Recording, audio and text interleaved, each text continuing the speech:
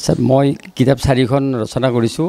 এখন হৈছে ঐতিহাসিক আমাৰ হাজোৰ ৰূপৰেখা, এখন হৈছে মই শিক্ষকতা কৰোঁ সেইকাৰণে ছাত্ৰ ছাত্ৰী কেন্দ্ৰিক এখন প্ৰজ্ঞাৰ অনুশীলন বুলি এখন কিতাপ লিখিছোঁ আৰু এখন কবিতা পুথি। আচলতে মই কবিতাহে লিখোঁ, শব্দৰ শিল্পকলা বুলি মই এখন কবিতাৰ পুথি ৰচনা কৰিছোঁ।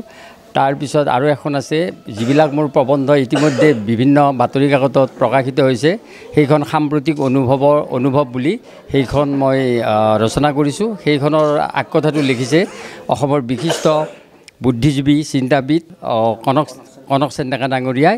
আৰু তাৰপিছত হাজোৰ যিখন ৰূপৰেখা সেইখন আত্মকথাটো লিখিছে ডক্টৰ দয়ানন্দ পাঠক, অসমৰ বিশিষ্ট শিক্ষাবিদ, সমালোচক আৰু তেওঁ বুদ্ধিজীৱী। ইয়াৰ পিছত মোৰ যিখন আছে শব্দৰ শিল্পকলা বুলি, সেইখন মোৰ বন্ধু সাহিত্যিক আমাৰ হেমন্ত চৌধুৰীদেৱে আত্মকথাটো লিখিছে, সমালোচনা এটা কৰিছে। মই লেখক ডিম্বেশ্বৰ ভৰালীৰ যি 4খন গ্ৰন্থ আজি উন্মোচন কৰিলোঁ, সেই 4খন গ্ৰন্থৰ ইতিমধ্যে মই কেইবাটাও দিশ সামৰি লৈছিলোঁ। তাৰোপৰি মুখ্যতঃ মই সাম্প্ৰতিক সময়ৰ অনুভৱ নামৰ গ্ৰন্থখন মই নিজে প্ৰকাশ কৰিছোঁ। আমাৰ অসম কবিতা একাডেমীৰ প্ৰকাশন ব্যৱস্থাপনা আৰু শব্দৰ আলাপৰ দ্বাৰা প্ৰকাশিত এই সাম্প্ৰতিক সময়ৰ অনুভৱ শীৰ্ষক গ্ৰন্থখন আজি আমি ইয়াত আনুষ্ঠানিকভাৱে উন্মোচন কৰিলোঁ।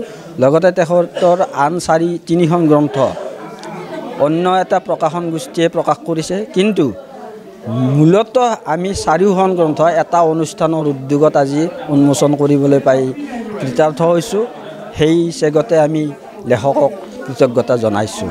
গ্ৰন্থমেলাৰ বতৰ, কিতাপৰ সৈতে আপোনাৰ দীৰ্ঘদিনীয়া সম্পৰ্ক, কিতাপ পঢ়িব লাগে, আহ্বান এটা কৰি আমি সকলোকে আহ্বান জনাইছোঁ যাতে সকলোৱে অন্যান্য দিশবিলাক অকণমান হ'লেও বাদ দি গ্ৰন্থৰ মাজলৈ গৈ পৰজন্মক বা নতুন প্ৰজন্মক এটা নতুন পথৰ সন্ধান দিব পাৰে আৰু সূচনা কৰিব পাৰে। তাৰ বাবে এই গ্ৰন্থৰ বতৰত আমি প্ৰত্যেককে অন্ততঃ একোখনকৈ হ'লেও গ্ৰন্থ কিনাৰ বাবে আহ্বান জনাইছোঁ।